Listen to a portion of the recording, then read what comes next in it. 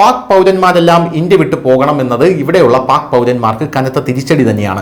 ഇവിടെ പാക് പൗരന്മാരുണ്ടോ എന്ന് ചോദിച്ചു കഴിഞ്ഞാൽ ഉണ്ട്. ഇവിടെ പാക് പൗരന്മാരുണ്ട്. കേരളത്തിൽ 102 പാക് പൗരന്മാരുണ്ട് എന്നുള്ളതാണ് നമുക്ക് മനസ്സിലാക്കാൻ സാധിക്കുന്നത്. ഇപ്പോൾ കുറേ എണ്ണം പോകാൻ പറ്റില്ല എന്നൊക്കെ പറഞ്ഞ് വലിയ രീതിയിൽ നമുക്കെതിരെ വാളോങ്ങിയൊക്കെ നിൽപ്പുണ്ട്. എന്നാലും എല്ലാത്തിനെയും പിടിച്ച് പുറത്താക്കുമെന്നുള്ള കാര്യത്തിൽ തർക്കമില്ല. ഇതിനിടെ വരുന്ന മറ്റൊരു സുപ്രധാനമായിട്ടുള്ള ബിഗ് ബ്രേക്കിംഗ് എന്ന് പറയുന്നത് ഡൽഹി ഹൈക്കോടതിയിൽ ഒരു കേസ് എത്തിയിരിക്കുന്നു. വിസ റദ്ദാക്കലിനെതിരായ പാകിസ്ഥാൻ യുവതിയുടെ ഹർജിയാണ് എത്തിയിരിക്കുന്നത്.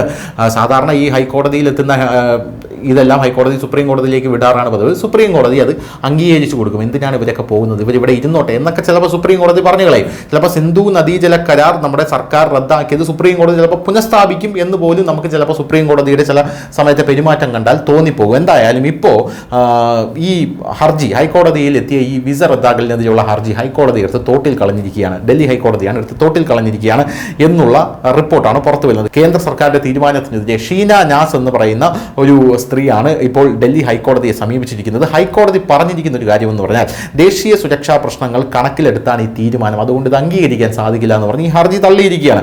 അതേസമയം പഹൽഗ്രാം ഭീകരാക്രമണത്തിന്റെ അന്വേഷണം NIA ഏറ്റെടുത്തു എന്ന റിപ്പോർട്ടുകൾ വേറൊരു സ്ഥലത്ത് നിന്ന് വരുന്നുണ്ട്. ഇനി വേറൊരു പ്രധാനപ്പെട്ട കാര്യം, ഇന്ത്യയിൽ വന്ന് കല്യാണം കഴിച്ച് താമസിക്കുന്ന പാക് പൗരന്മാരുണ്ട്. അങ്ങനെയുള്ള പാക് പൗരന്മാരുടെ നിലവിളിയും ഒരു ഭാഗത്ത് ഉയർന്നിട്ടുണ്ട്. ദയവായി മോദിജി ഞങ്ങളെ പാകിസ്ഥാനിലേക്ക് അയക്കരുത് എന്നാണ് സീമ ഹൈദർ എന്ന് പറയുന്ന ഒരു യുവതി പറയുന്നത്.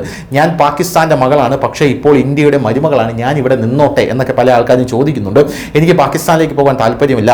സച്ചിൻ മീണ എന്ന് പറയുന്ന ഒരാളെ വിവാഹം കഴിച്ച ശേഷമാണ് ഞാൻ ഇന്ത്യയിലേക്ക് വന്നത്.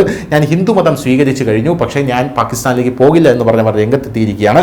സച്ചിനെ വിവാഹം കഴിക്കാൻ പാകിസ്ഥാനിൽ നിന്ന് അനധികൃതമായി ഇന്ത്യയിലേക്ക് കടന്നു വന്ന ഒരു യുവതിയാണ് ഈ സീമ ഹൈദർ എന്ന് പറയുന്നത്. എങ്ങനെ ഇരിക്കുന്നു കാര്യങ്ങൾ എന്ന് നമുക്ക് ചോദിക്കേണ്ടിയിരിക്കും. അതായത് മാനമര്യാദയ്ക്കുള്ള രീതിയിൽ വന്നവരെല്ലാം ഇവിടെ ഇരിക്കുന്നുണ്ട്, പക്ഷേ അനധികൃതമായിട്ട് പാകിസ്ഥാനിൽ നിന്ന് ഇന്ത്യയിലേക്ക് കുടിയേറി വിവാഹം കഴിച്ച് കുട്ടികളും പട്ടികളും ഒക്കെ ആയിട്ട് ഇവിടെ താമസിക്കുമ്പോൾ ഇന്ത്യ പിടിച്ച് പുറത്താക്കാൻ നിന്നാൽ എന്നെ പുറത്താക്കരുത് എന്ന് പറഞ്ഞത് നടക്കുന്ന കാര്യമല്ല എന്നുള്ളതാണ് പ്രധാനപ്പെട്ട ഒരു കാര്യം.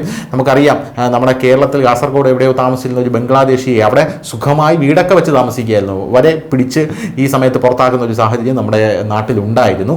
അപ്പോഴാണ് ഇത്തരത്തിലുള്ള വെറൈറ്റി നിലവിളികളൊക്കെ ഉയർന്നു വരുന്നത്. News desk news India Malayalam.